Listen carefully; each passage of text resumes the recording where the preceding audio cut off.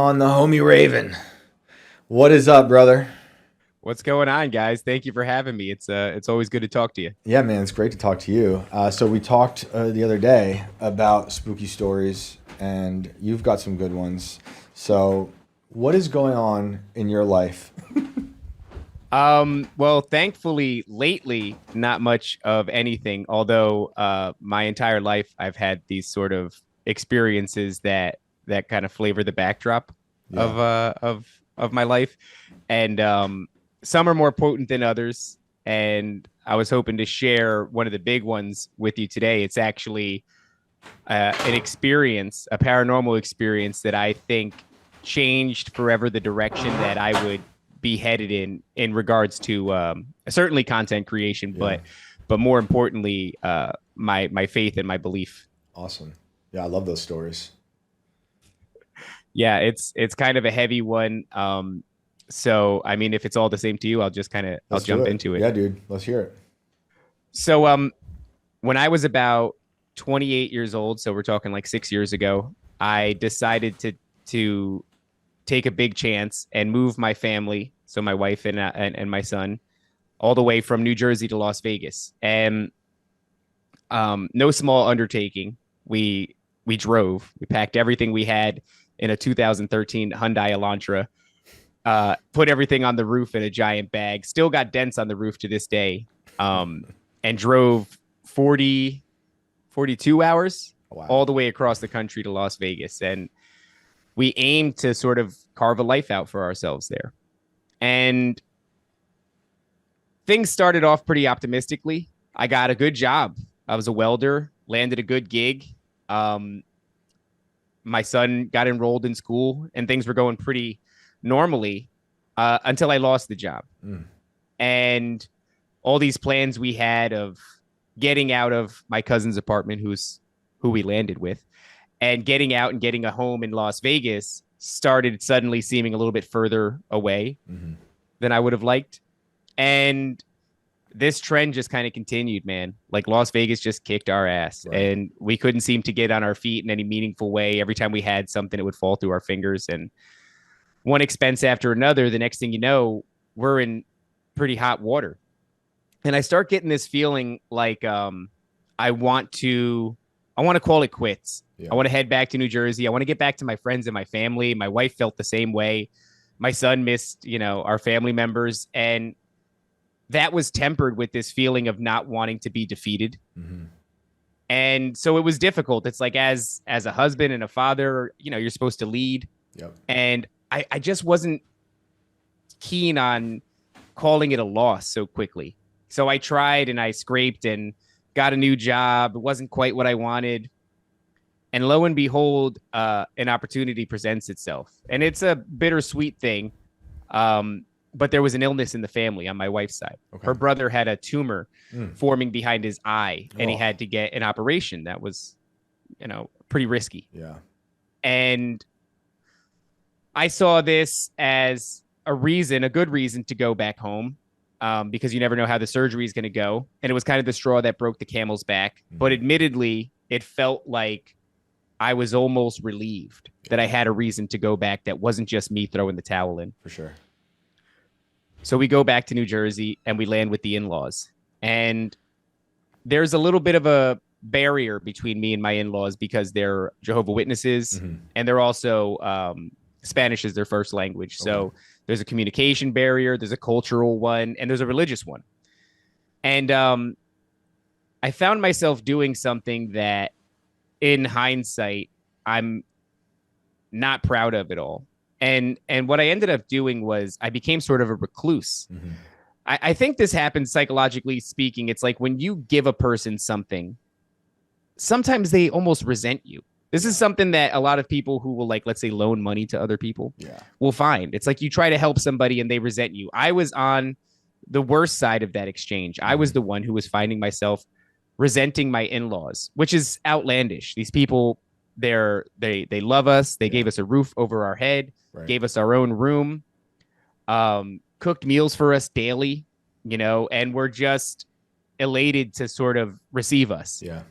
And instead of appreciating that, I withdrew. And I started this cycle.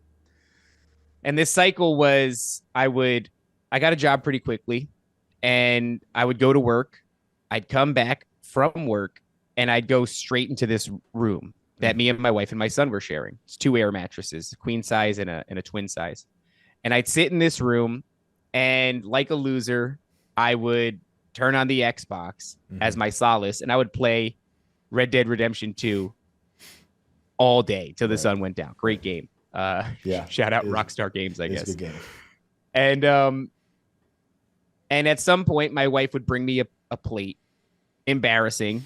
Everybody else is downstairs, fraternizing and just having a good time and bonding and eating a meal together. I'm eating this meal upstairs. You can only imagine, what my in-laws thought. Right. Why isn't he coming down? Just a real shameful performance on my behalf. And then I would go to sleep after the meal. Right. I'd play a little bit more games, go to sleep. And I lived this life on repeat, Shane, for I don't know, maybe a month before we were up on our feet and out of there. Yep. And I think that not only was I struggling with feelings of inadequacy because of having gotten my tail kicked in Vegas, but also now I'm not performing as a father. I'm not performing as a husband. I rightfully so I'm ashamed. I'm embarrassed because of my behavior. Yet I'm still behaving this way. It's like once you're locked into it's very hard to get out. Mm-hmm. And I think that you don't get away from that sort of a thing. And what I mean by that is a lot of men, myself in particular, we do a good job of not feeling the things and kind of just pushing them down and continuing forward. And I don't think that you can get away. There's a cost. And by that, I mean, there's a cost spiritually for being in a low place for so long. 100%. I also think in hindsight that there are, I know, I know there are entities, and I believe that they feed off of negative energy. Mm-hmm. So feelings of depression and anxiety, anger, which is certainly something I was feeling, resentment, which is certainly something I was feeling. I think this is a food source for certain entities. So what ends up happening now is, like I said, I'm living my life on repeat, and I have this 4-day odyssey unfold in my life. So the first day, it's pretty predictable. I go to work, I come home, I play Red Dead Redemption, I eat dinner in the room, and then I go to sleep. And I'm sleeping on this queen size air mattress next to my wife. My son is at the foot of the bed on a twin size air mattress. And as I'm drifting off to sleep, I'm suddenly awoken by somebody banging on the front door of this apartment. I get up, I look out the window. I'm on the second floor. This window overlooks the door, and there's nobody there. And it's late.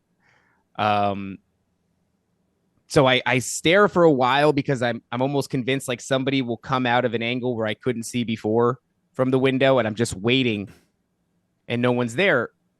And I notice that nobody else seems to have cared that there's a knock at the door. So now I'm in this weird kind of mode of doubt where I might have woken up my wife and said, "Did you hear that?" But nobody else. There's no footsteps in the hallways. My father-in-law is not going to check the door. I'm not even sure if I heard this. So I lay back down and I fall back asleep. And as soon as I drift off to sleep, boom, boom, boom, boom. Somebody bangs at the door again. And I burst up out of bed this time, and I go to the window, and it's just the same thing. No one's there. No one else has heard this. Everybody else is sound asleep. And now I'm starting to have to, I've been a conspiracy theorist my entire life. And I've certainly been into sort of the spiritual aspect of it for a long time. Always had my strong suspicions that there was something more than the physical going on. And so that, in conjunction with looking at the phone and realizing that it was 3:15 in the morning, I become pretty unsettled in the thought that maybe this is knocking on me and not knocking at the door. Right. So Wow. I go back to sleep and it happens again. As soon as I drift off like clockwork, I'm startled awake by this banging. But at the third time, I don't even get up. I just lay there. I stare at the ceiling. I pull my phone out, and then I just proceed to scroll through social media pretty much until the sun comes up. Wow. And mostly because I'm freaked out. Yeah, yeah. I do drift off for a little bit, and I wake up for work at 6 a.m, so didn't get a whole lot of sleep. And I didn't tell anybody. I didn't tell my wife. I certainly didn't tell my in-laws. Maybe I told some people at work, but I was afraid of telling my wife because I didn't want her to get scared. Yeah. And there was this feeling that maybe it's not the most logical thing, but if I fed into it, that this was going to become worse. Right. Which kind of made me understand. You ever watch a horror movie and you're like, the main character just saw a ghost in the room. And when the other character says, "What's wrong?" they say, "Oh, nothing." Yeah. And you go like, why didn't you tell him? I kind of almost imagine that the writing is good enough that they go, no, you don't want to feed into this. Yeah. So the second day goes off very much the same way. I go to work, I come home, I play the game, I eat the dinner, I fall asleep. And now, instead of banging, I wake up to the sensation that someone is pulling my arm. Oh, wow. So I wake up and my arm is actually shot out kind of up into the air. And that's, happening the moment that I wake up. And so I'm a little confused. I look around. I don't remember really much of what I thought. I just knew it was, I still have the information from the previous day. So it's creepy. Right. And I know it's creepy. But I'm willing to chalk it up to just like spasms, right, which do happen. Like sometimes you're falling asleep and you just kind of jerk and oh yeah, maybe this is what happened. So right. I go back to sleep and it happens again. Oh man. Same way. Arm. Same way, same arm. Yep. That's weird. Arm feels like it's been pulled up into the air. And so now I actually take my blanket and I put my arms under my blanket, which isn't typically how I sleep ever. Right. But I do this because I'm hoping that if it's a spasm, at least the weight of the blanket will create some resistance and I won't wake up to my arm being in the air at least. Right. And I do fall back asleep. And then I wake up to my leg being pulled off the bed. Oh, whoa. Dude, I am having a bad time. I am having such a bad time, Shane. I'm alone in this experience. My wife is sound asleep. My son is sound asleep. Right. And I'm very much now in the mindset of like, okay, something's going on. Like yesterday, I'm hearing knocks. Today, my arm is getting pulled. Right. I really can't dismiss this any logical way. Is the heart racing? Are you like getting nervous now? Like, what is this? My brain fucking with me? Like, I don't remember if my heart was racing, but what I can tell you is I just didn't go to sleep again. Yeah. Yeah. I just grabbed my phone and I'm just scrolling through social media again because anything to distract my mind from the places that it's going. Mm-hmm. So, I mean, yeah, I was very upset about it, but didn't have a logical recourse. And I've told this story before to folks, and I've still yet to have anybody interject like, well, why didn't you do this or why didn't you do that? Because I don't think that what could you have done? You know what I mean? Yeah. It's 3 o'clock in the morning again. Right. The second day in the row, and there's no recourse.